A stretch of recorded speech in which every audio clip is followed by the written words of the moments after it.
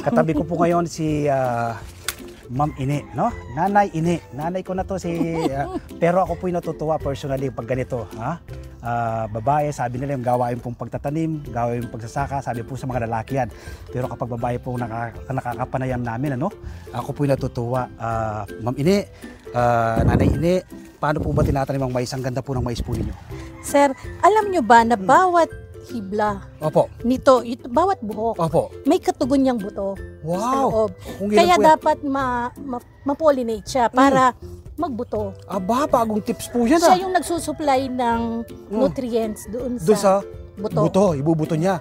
Naku talaga naman, pag ganyang edad, kalaki na mga ilang araw na lang, pwede na ma-harvest po yan, ano? Siguro mga 1 month pa siguro. 1 month pa, po. mga 1 month pa, no? Ano pong klaseng variety yung mais na yan? Ang sabi nung aming parang yellow. Yellow. Yung yellow, yung sweet corn. Sweet corn, kung tawagin po, masarap po ito. Ano? Ito po, malaking ano na, no?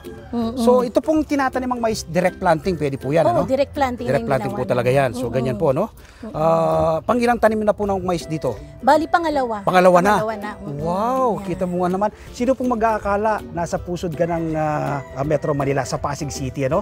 May taniman po ng mais. Dito lang po yan sa co-op natin. Ano pong pangalan ng co-op natin? Ugong Credit Cooperative. Okay.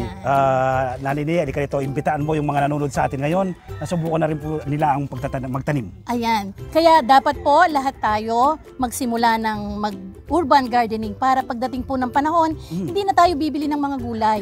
Mamimitas na lang tayo dun sa ating kapaligiran. Ayan. Naku, talaga naman, napakagandang paanyaya po. Ano pang hinihintay ninyo? Nagawa po ni Nanay Ine, nagawa po ng inyong lingkod na magtanim, magagawa rin po ninyo kung anong nagawa po namin. Maraming salamat po. Stay safe, happy farming and God bless.